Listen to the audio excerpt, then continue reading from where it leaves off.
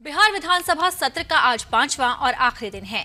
गुरुवार को हुए हंगामे और मुख्यमंत्री नीतीश कुमार के जीतन राम मांझी को लेकर दिए बयान की वजह से लगातार हंगामा जारी है। बिहार के पूर्व मुख्यमंत्री जीतन राम मांझी ने कहा है कि विधानसभा के अभिरक्षक अध्यक्ष हुआ करते हैं, लेकिन उन्हें इस बात का दुख है कि सदन के अध्यक्ष सत्ता पक्ष के पक्ष में अपना सारा फैसला दे रहे हैं, जो इस संविधान और जनतंत्र के लिए घातक है। मुख्यमंत्री तो दोषी है ही, लेकिन हमारे अध्यक्ष भी उनसे कम दोषी नहीं हैं। आपको बता दें कि गुरुवार को विधानसभा से आरक्षण संशोधन बिल पारित कर दिया गया था। इस दौरान हुई चर्चा में मुख्यमंत्री नीतीश कुमार ने कहा था कि मेरी गलती की वजह से मांझी सीएम बन गए। इसी बयान को लेकर मांझी ने प्रदर्शन करते हुए और क्या कुछ कहा, आइए आपको सुनाते हैं। पिछले दिन हम लोगों ने विधानसभा में जो माननीय मुख्यमंत्री जी ने तपाक में आकर के हमारे ऐसा जो 80 वर्ष का प्रतिनिधि है और वो 74 वर्ष के हैं, तुम ताम की बात की। वो 67-68 में किसी तरह डिग्री प्राप्त किया है। जीतन मांझी 66 में डिग्री प्राप्त किया है। वो 74 वर्ष के हैं, हम 80 वर्ष के हैं। 1980 में हम विधायक रहे और वो 1985 में आए। उनको तुम ताम करना नहीं चाहिए था, इस बात की चर्चा किया।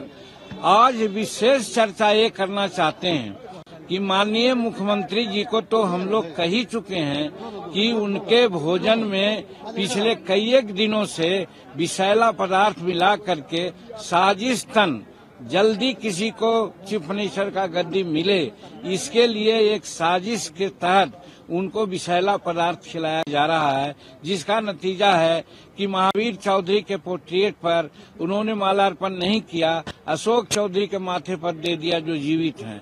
उसी प्रकार से महिलाओं के बारे में क्या क्या न कहा, आज हिंदुस्तान नहीं संसार वाकिफ हो चुका है। और फिर कल जो हमारे साथ तुम ताम की बात की, भाषा की, हम कहा था कि संस्कार उनका लगता है कि गिर गया है जो ऐसा बोलते हैं। आज एक नई बात कहना चाहते हैं आपसे।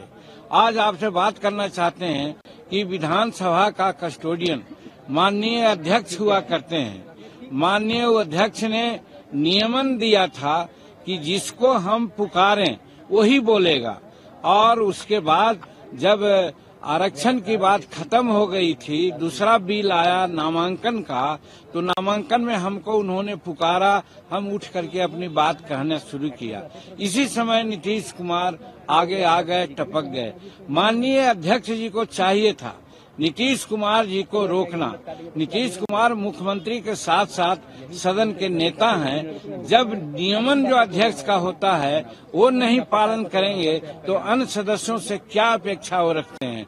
ये बात की दुख है कि माननीय अध्यक्ष महोदय आज लगता है कि सत्ता पक्ष के पक्ष में अपना सारा निर्णय दे रहे हैं और हरकत कर रहे हैं, जो इस जनतंत्र के लिए, संविधान के लिए घातक है।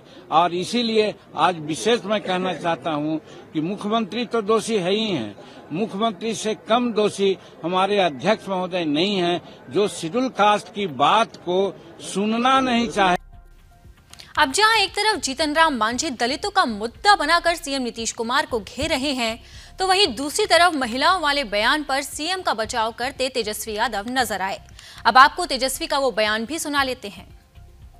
मुख्यमंत्री जी के जुबान से दलित विरोधी शब्द नहीं निकला है। अब तो वही ना बगल में ये ऐसी भाषा तो भाजपा में न देखने को मिलती है। अब एक बार तो हम गिराना चाहेंगे, नहीं तो पुरानी बातें को उजागर करके क्या मतलब रह जाएंगे। हमारे पिता के बारे में, हमारे परिवार के बारे में जिस प्रकार से भाजपा के बड़े बड़े नेता अभद्र भाषा बोलते हैं, वो छुपाने वाली बात है क्या? हम रिकॉर्ड में ले आए क्या?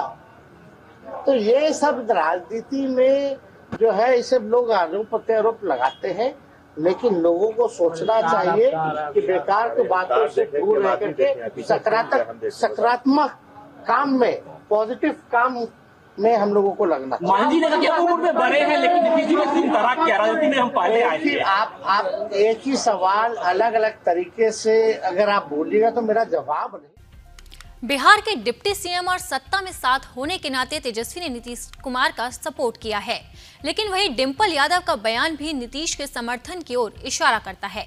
अब डिंपल यादव का बयान भी सुन लेते हैं। के बारे में जो उन्होंने माफी मांग ली उसकी निंदा कर ली है, तो ऐसा उन्होंने क्यों बोला? ऐसा बोलनी चाहिए ना।